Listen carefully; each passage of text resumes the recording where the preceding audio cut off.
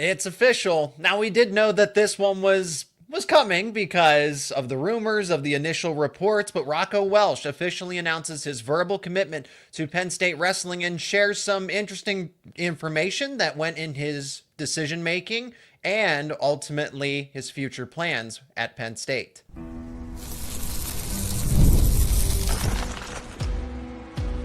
You are Locked On Nittany Lions, your daily podcast on the Penn State Nittany Lions. Part of the Locked On Podcast Network, your team every day. Locked On to Penn State Wrestling. Thank you so much for making Locked On Nittany Lions your first listen and watch every single day. Thank you so much for joining this live edition of Locked On Nittany Lions. As yes, it is breaking news because Rocco Welsh confirms it himself on the Bashamania podcast hosted by Justin Bash. But share some interesting information that I think we definitely need to talk about now that he is officially a Penn State Nittany Lion. Now, of course, and contribute your thoughts over in the live chat as we'll break it all down. Welsh joining Penn State. It's a crowded room, especially in those upper weights, especially at 184 with what could happen next season. I really do think there are some endless possibilities between not only Welsh himself, Zach Ryder, but could Josh Barr cut down from 97 to 84? That is a possibility that there could be three legitimate national title contenders at 184 vying for one starting spot when everybody's red shirt has been burned. So Penn State doesn't have that flexibility. But Welsh ultimately announced his decision, announced his commitment. Again, remember to put your thoughts in the live chat. We'll welcome all of you into the conversation in the upcoming segment. But for Welsh, he announced his commitment officially, saying that he kind of went back and forth with it and that he knew on Saturday. He actually knew officially on Saturday that he was leaning towards Penn State and then, had to weigh his decision, but ultimately knew that Penn State was going to be best for him. I think that all along, this is something that, I kind of had assumed, but just gathering it now, he definitely wanted to be at Penn State all along, but Penn State didn't have a scholarship available for him originally. And I think a lot of the time that does happen. I think that happens. At least a good amount of the time that people might not necessarily expect, where a wrestler, I want to be a part of the Penn State wrestling room, but there's only 9.9 scholarships. So that's, you have to pay for education, full room and board, etc. And wrestlers, don't blame them for making that decision to say, hey, okay, I'll go for a scholarship and go somewhere else and go and compete and wrestle. Right, there's other elements to it too. But Rocco Welsh definitely wants to be at Penn State. He also wants to be closer to home. He's from the state of Pennsylvania. He wants to be closer to home, and Penn State gives him that opportunity to return to his home state so he can be around friends, he can be around family, he can train. He already said that he was in Pennsylvania training at the moment, going through all of this, the transfer portal rigmarole. And in the process, there were bridges burned at Ohio State. Now, there wasn't a full explanation of, hey, it's stuff had happened. Stuff had happened in the process of Welsh taking a red shirt. From what I've kind of gathered, just based on hearing it from himself, is that he wanted to go at 74. That he felt as a national runner-up. Remember, he was a finalist. He lost to Carter Starachi, who was on one leg at the 74-pound championship as a true freshman. And he redshirts the next season. That's almost unheard of to an extent. I don't know if there was a battle between him and Carson Harchla, because that's ultimately who took over at 74. And then, okay, well, we're going to put Harchla back in the lineup at 74. Rocco Welsh probably felt that he was best suited to wrestle and compete and win at 74. And then they said, well, you're going to bump up to 84. Well, that's a 10-pound difference. And Welsh himself even admitted, I'm not a true 84-pounder, but he went undefeated in the unattached wrestling matches as it was. Now, here's what I do find interesting about all this, is that he's still competing at 79 kilograms for freestyle. So the reason he wants to go to Penn State is more than just, it's not about just the Penn State starting lineup. It's not about the collegiate team. It's not about folk style. It's about training and freestyle and everything else that goes with it.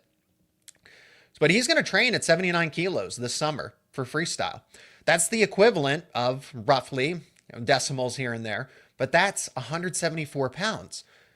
But he did say that he plans to wrestle at 184 when it comes to folk style. So he's going to train and compete in freestyle at what is the equivalent of 174, 79 kilos, and at 184 for folk style in the collegiate lineup. Okay, so that's the interesting bit of information there, is that internationally or for the freestyle competitions, he's going to be 74.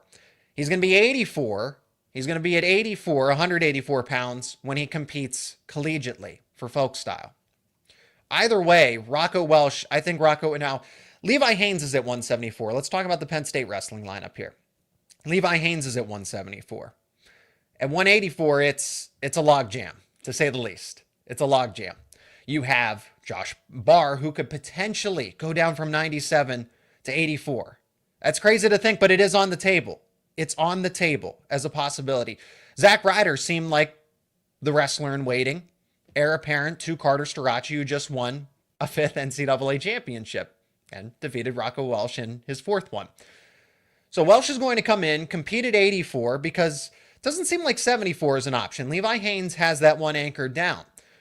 But long term, I think we could see a possibility where, Penn State and Cael Sanderson are really hedging here.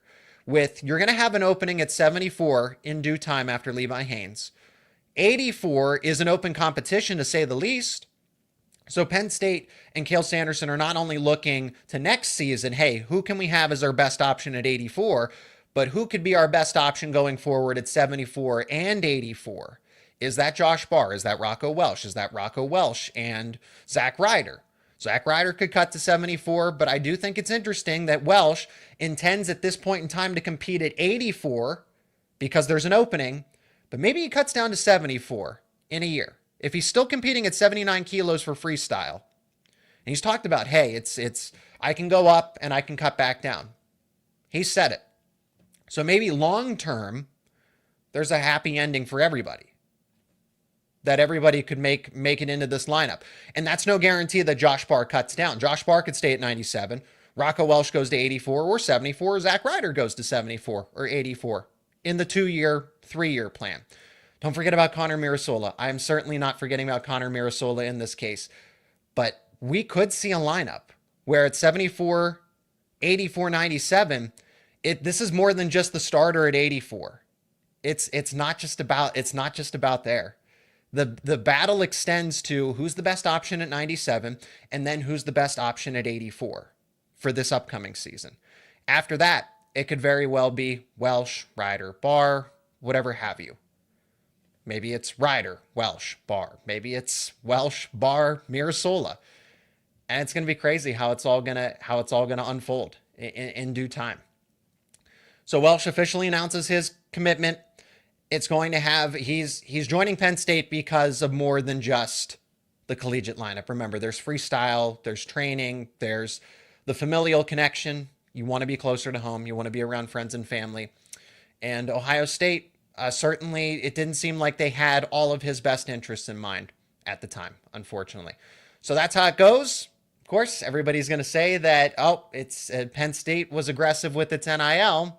And Rocco Welsh also confirms that NIL and money were not a factor in his decision, that he was offered lots of money by different programs, but he wanted to go with Penn State. So we're going to turn to the live chat here, talk about this. We can talk about the transfer portal, all the crazy stuff that's going on there.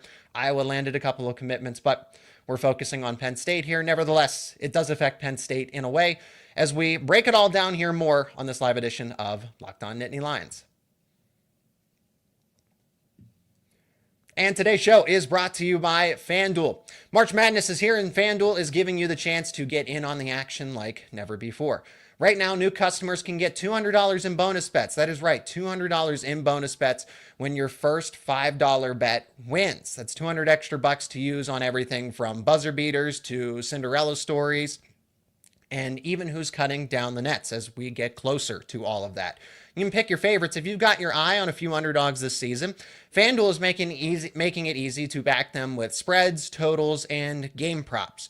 You can stay in the action all tournament long. Tournament games are happening almost every day, and there's always something exciting to bet on. It's easy, it's fast. The FanDuel app is simple to use, and when you win, you get paid instantly. No waiting around. So visit FanDuel.com to get in on the college hoops action all tournament long. That is FanDuel.com.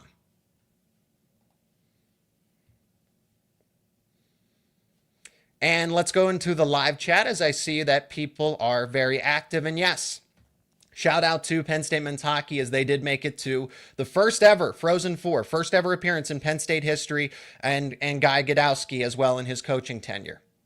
But yes, Rocco Welsh has officially committed to Penn State. Go Penn State wrestling. We are...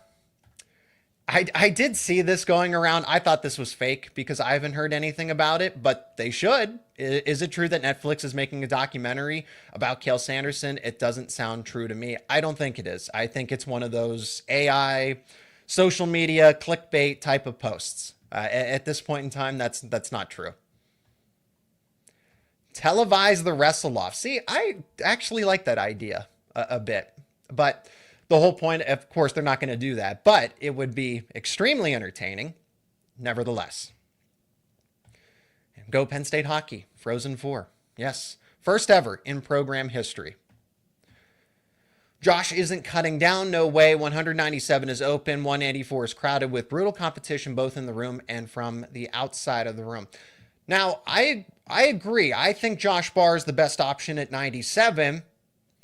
But if the lineup is at its best with Haynes at 74, Barr at 84, and Connor Mirasola, the competition isn't necessarily about Josh Barr versus Rocco Welsh and Zach Ryder.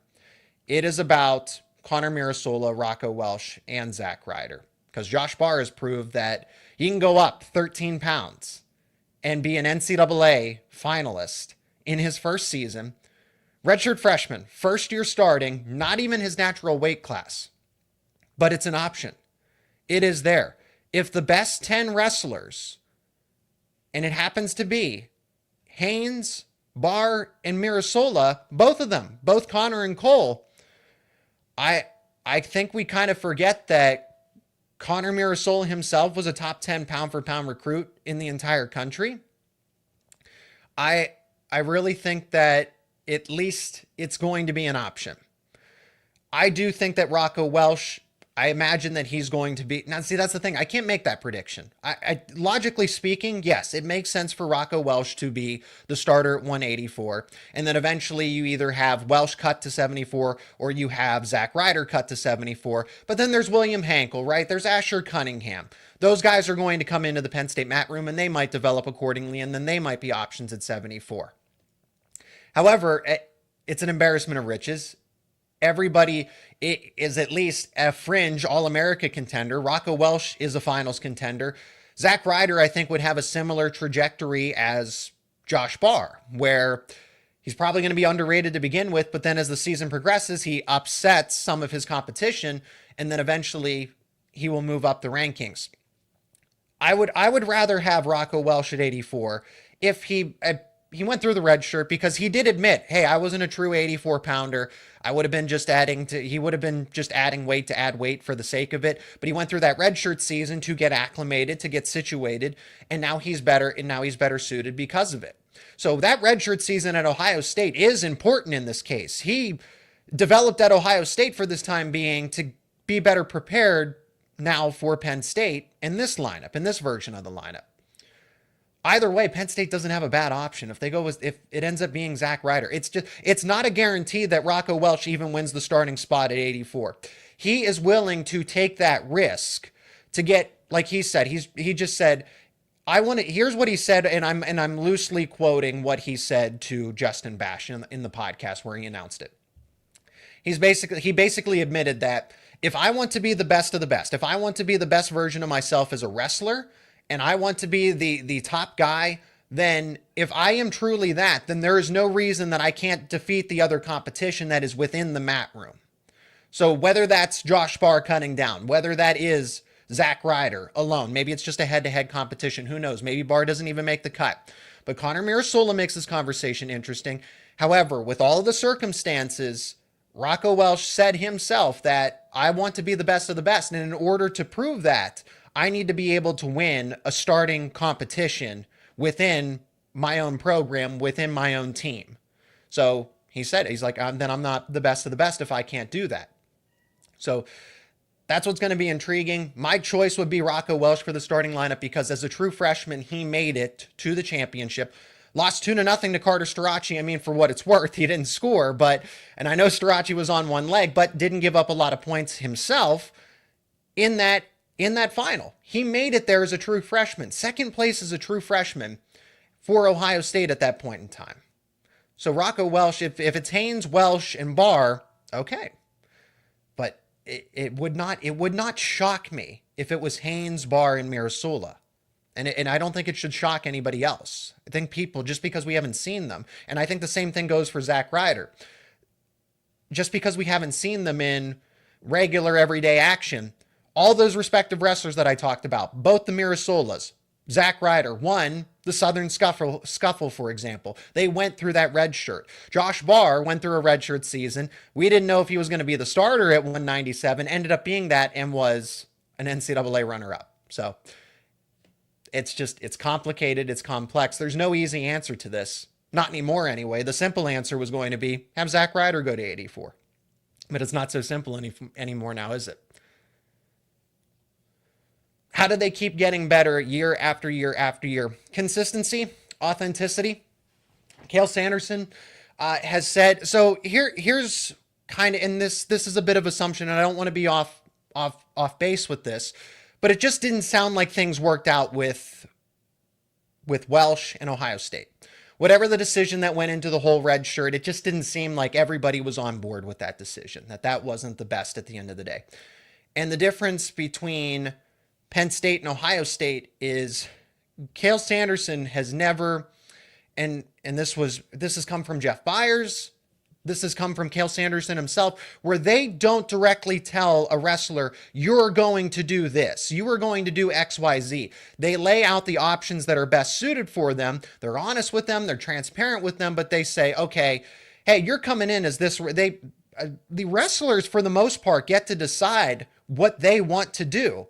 Now, they're going to have to go through some obstacles to achieve those things. If that means, hey, I want to be a starter at 133, for example. So whether that's Braden Davis, whether that's Masanosuke Ono, or maybe it's Aaron Nagao. They're transparent. They say, okay, if you want to be the starter at 133, here's what you have to do. Rocco Welsh, okay, you're in the transfer portal. Hey, this is what we can do for you. Okay, great. You want to be this. Here's what you're going to have to do because we have other guys that are trying to achieve the same goal, and not everybody can have that. So that's why Penn State continues to get better and better. Even with the transfer portal, even with NIL, you see Penn State stronger than ever. They're breaking records. High school recruiting is at its peak. They are able to supplement through the transfer portal, but they don't destroy and recycle these lineups.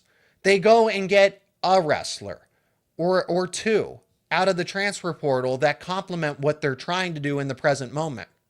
They don't go and get 3 or 4 or 5 different starters every single year. They still build through high school recruiting. They still have a foundation, and it's more than just, well, what does the collegiate lineup look like?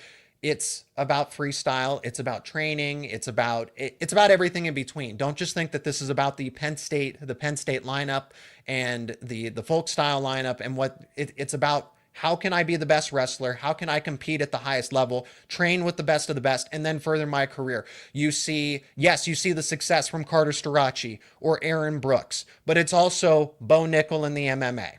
It's also guys that go off and win Olympic medals. You get to go and spar and train with Kyle Snyder, with Kyle Dake. That's how Penn State does it. That's how Penn State is able to do it year in and year out because of the foundation that Cael Sanderson has built. Even with the allure of the transfer portal, NIL, Penn State is still able to perform, to be the best program, and they keep getting further away.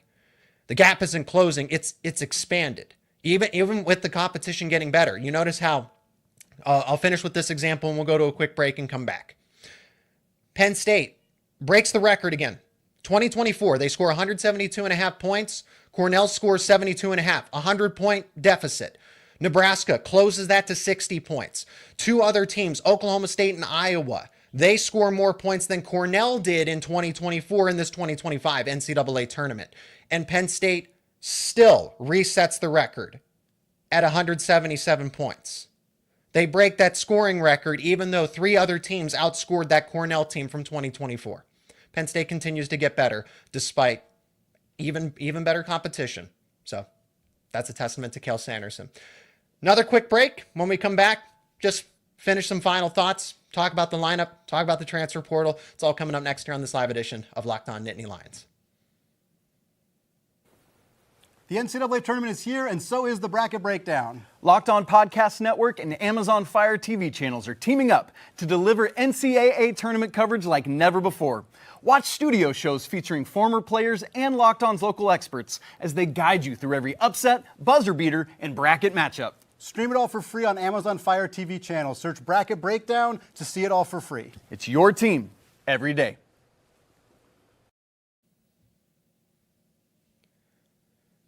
And welcome back to this live edition of Locked On Nittany Lions. Again, shout out to the Penn State men's hockey team, first ever Frozen Four in program history.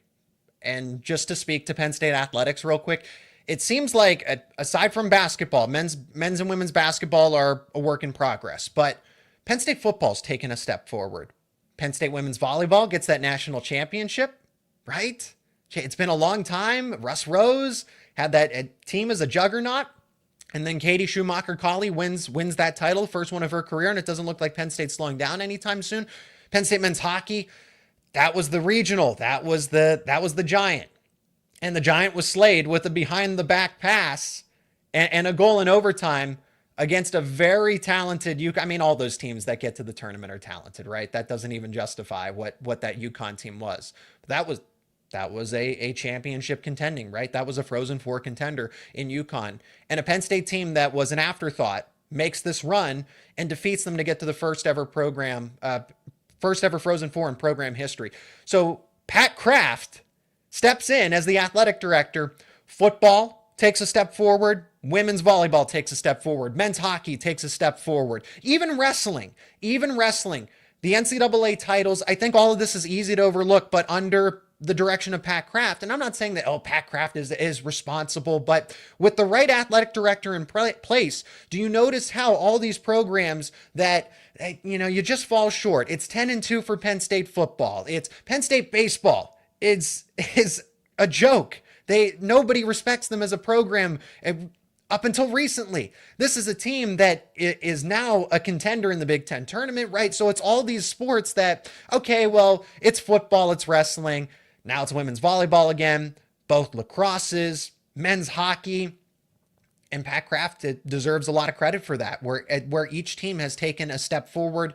Basketball's a work in progress, but it's not just one or two teams. It seems collectively the athletic program has taken a step forward, and that does include wrestling, even though Cael Sanderson has set the bar so high. But Pat Kraft, you notice that Penn State wrestling has slightly gotten better with the room that they've allowed to be able to move up. So yeah, Frozen Four. Yep, Penn State men's hockey, first time in program history. I wonder if Rocco and Ryder have ever wrestled. Were they in the same club? I think so. Don't quote me on that. But he did mention how he and PJ Duke were, they talked about being teammates and everything else. And now they are going to be. Now they're going to, yeah, there we go. Rocco seems to be friends with PJ Duke. So he admitted that in the podcast and said that they were trying to recruit PJ Duke to Ohio State. And now ultimately it kind of circles back and everything happens for a reason, right? Zach, I know the topic is about Rocco Welsh and all, but what about Lucas Cochran? He seems to be forgotten at 197 pounds. Your thoughts? He had his chance at 197. I had originally never kind of imagined that Josh Barr, I never imagined that Josh Barr would be an NCAA runner-up at the beginning of last season. I really did think it was a close battle between Lucas Cochran and Josh Barr and Connor Mirasula. I thought, hey, anybody can emerge here at 197, but at the very minimum, you are getting an All-America caliber wrestler. Could it be Cochran? Could Mirasula or Barr? And Barr just dropped the hammer. I mean, Barr went through and kind of proved that there is a clear separation. They go to those invitationals for a reason. Yes, it's going to be Penn State versus Penn State at the end of the day, but when you have those lineup battles, you saw Tyler Kasak defeat Alex Facundo. That was the wrestle-off. So we talked about earlier, I want to see if I can find the comments here. Televise the wrestle-offs, yes, but okay, so they're not on cable TV, but Flow has technically televised Penn State wrestling wrestle-offs in the past for this season. They go to the Army Black Knight Invitational, and Penn State strategically enters more than just the 10 wrestlers. They have Facundo and Kasak at 57. They have Barr, Cochran, Mirasula, and Barr ran through both Mirasula and Cochran respectively. Majored both. And that's the thing. It didn't go to sudden victory. This wasn't a 1 point, last second escape. Barr wins 4-3, something like that, where it's close. So Cochran had his chance. He certainly had his chance. Now, behind the scenes, is he still developing, getting better, etc.? Until I see news that he's hopped into the transfer portal. Otherwise, Cochran's still in the Penn State wrestling mat room. He's a solid wrestler, but very much reminds me of a Terrell Barraclaw, where there's just somebody else in front of you. So for Barraclaw, Levi Haynes, Mitchell Messenbrink in that 157-65 area, and then Cochran with Barr now kind of taking over. That may be in Cochran's best interest. But these guys don't have to leave. Do you notice how most of them choose to stay? The transfer portal's been around now for 4 years. It feels like that. 4 years, NIL. And Penn State doesn't have this constant mass exodus. Do you know what changed? Well, Zach, you're wrong about that, because Alex Facundo and Aurelius Dunbar and David Evans, I get it. I do. But do you notice what changed? The scholarships changed. And that's when we see, after 4 years of the transfer portal, that all of those wrestlers elected to stay and train with Penn State and not be a factor in the lineup. They stayed because they wanted to be a part of the best mat room. And now that scholarship, that 30 wrestler limit, changes everything. It shrinks the competition, because so the scholarship limit is great. Like the increase in the limit, but ultimately the cap on how many collegiate wrestlers you can have at 30, Penn State's going to have most likely 20 wrestlers on scholarship, which is great because you get a wrestler like Rocco Welsh. It brings in the high school class from last year, between Masanosuke Ono, because now he's part of this class of 2025. PJ Duke, William Hankel, Nate Desmond, etc. You get my point. I don't want to forget anybody. Dalton Perry, all Asher Cunningham. But those guys now have a better chance at a scholarship than they did before, because it was 9.9. Now it's 20. Maybe Penn State goes to 21, 22. You can have a limit of 30, but I don't think any wrestling program is going to have 30. It's just simply not affordable. Simply put, it's not affordable. But what really messes all of this up is that the wrestling room shrinks. The days of the walk-on are over because of that cap, whether it's 105 in football. I'm not sure what the limit is in basketball, so don't ask me that. But in wrestling, it's 30. So you can have 30 wrestlers on your team, but what your scholarship count is completely different. But you can't have more than 30. So you could have 20 scholarship athletes and 10 walk-ons. But that's it. You're not getting any more than that. So I think that changes things now, where wrestlers have more opportunities to go and get a scholarship at other places, which is why we are seeing this exodus, if you will, where everybody from Penn State that wouldn't be a factor in the lineup is going into the portal. I really appreciate that. Man, this channel is awesome, and I don't even like Penn State like that. Well, I appreciate the support on the show. That's what I want. I want to try to be, as informational, as entertaining, right, as conversational as possible to bring all of this and talk about this. It's a discussion with all of you. Part of this is, to get, everything that's out there whether it comes to football, basketball, or wrestling. So, and it's more than just beyond the Penn State fan. I want to be a source. I want to be a resource for everybody that wants to know, hey, I want to know more about Penn State wrestling. Okay, that's what Locked On Nittany Lions is. Hey, I want to know more about Penn State football. Hey, I can go to Locked On Nittany Lions. That's the point of this. That's the point of this show from my point of view. Can we get a heavyweight transfer? I think Cole Mirasol is ready to go. I think he is. Jeff Byers confirmed that he's at least on the right track. He's on the right track. If there was a heavyweight that entered the transfer portal that is better than Cole Mirasola, then okay. Then that's Penn State's never going to turn anybody away. Then you are risking that. Okay, hey, we have Cole Mirasola. Do you really want to come in and get into a competition with Cole and have a wrestle off with him and then lose? But Penn State's never going to say, no, you can't join. Or maybe if they're capped at 30 athletes, maybe that's the case. I think a heavyweight transfer, if Cole wasn't on the right track, heavyweight transfer would make sense. But do you notice how I haven't heard any rumors. I haven't seen anything. It is a possibility because it is difficult to go from essentially he was wrestling at 220 pounds. It's just to get up to that level of competition, to get to 250, 260 pounds. That's tough when you've been wrestling around 210, 215 most of your young wrestling career. So it's whatever the best option is, but Cole Mirasola is the eventual answer at heavyweight. He is, and he's on the right track. I haven't heard any criticisms. I haven't heard any skepticism that it can't be or it shouldn't be Cole Mirasola at this time. Will he be a national title contender right out of the gate? Most people would say no, but Gable Stevenson's leaving. Obviously, Greg Kirkfleet. Basically, everybody is moving on except for the likes of a Nick Feldman at Ohio State. He would most likely be. I know that Yonger Bastida returns. He was injured this past season. So those are only the two names that come to mind. So Heinzelman, Kirkfleet, Owen Treffin, Stevenson. We can include Isaac Trumbull in that conversation as well with returning heavyweights. The bulk, the face of that heavyweight weight class is gone. Gable, again, Stevenson, everybody, the face of everybody that was a national title contender is gone. So that's a wide open door for Cole Mirasola to walk into and say, I can be the best. I can be a title contender right now, even though it's not as obvious, but names like Yonger Bastida and Nick Feldman will come to mind most likely. That's where we're going to finish it here. We've gone over 30 minutes, but I appreciate everybody checking out this live show, contributing your thoughts in the live chat. Again, we do this periodically, whether there's breaking news or just sometimes we need to have a conversation to just have an open dialogue about what's going on with Penn State wrestling, football, or men's basketball. So we're going to have more live shows. If you are new to the channel, if you are new to the podcast, subscribe to the YouTube channel so you don't miss any of these live shows and wherever you get your podcasts. Thank you so much for the support on the show.